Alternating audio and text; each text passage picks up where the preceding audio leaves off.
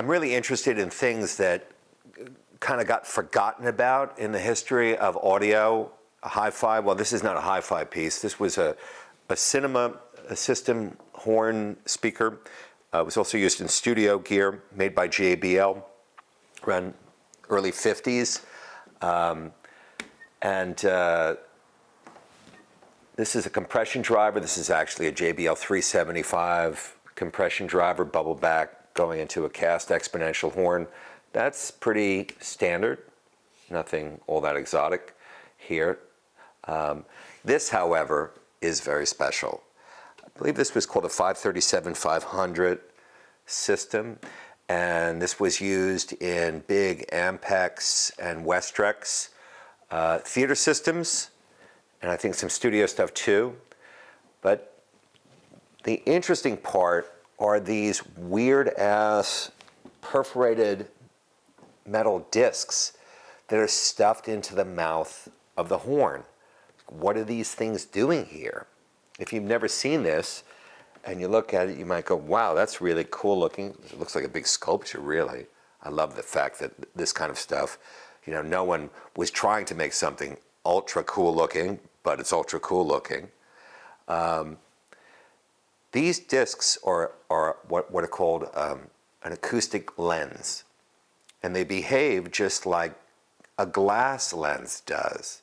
So the sound comes out of the driver, goes into the horn, and then in the mouth, it sees these lenses and has to get forced through these holes, kind of like sausage in a sausage machine.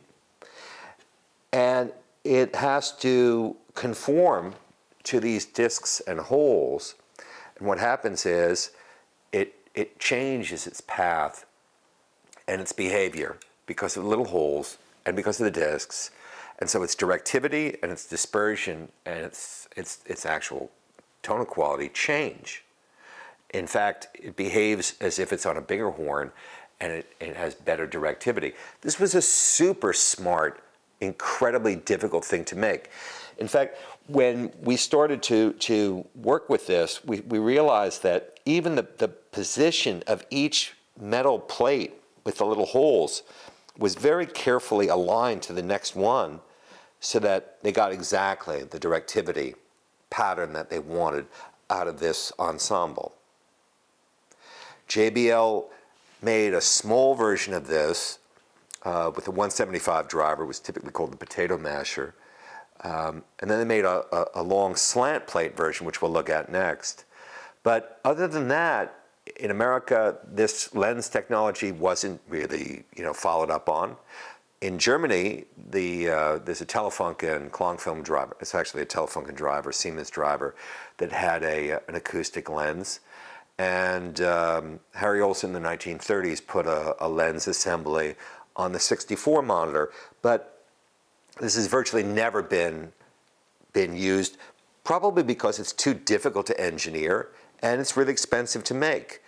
And then, of course, audio after this went down the toilet with little drivers that got hit by a lot of power. Nobody gave a shit anymore anyway. So, very few people have any idea what this thing is, have ever heard it, understand how cool it is, and it's kind of a shame because this is the kind of stuff that we geek out on and we're interested in bringing back because it works.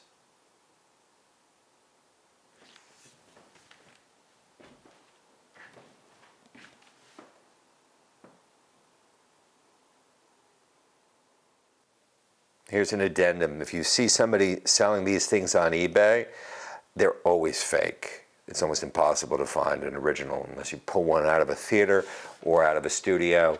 If it's being sold online, it's a reproduction. I'm not going to call out the people who I know who are doing it, but they're being made again.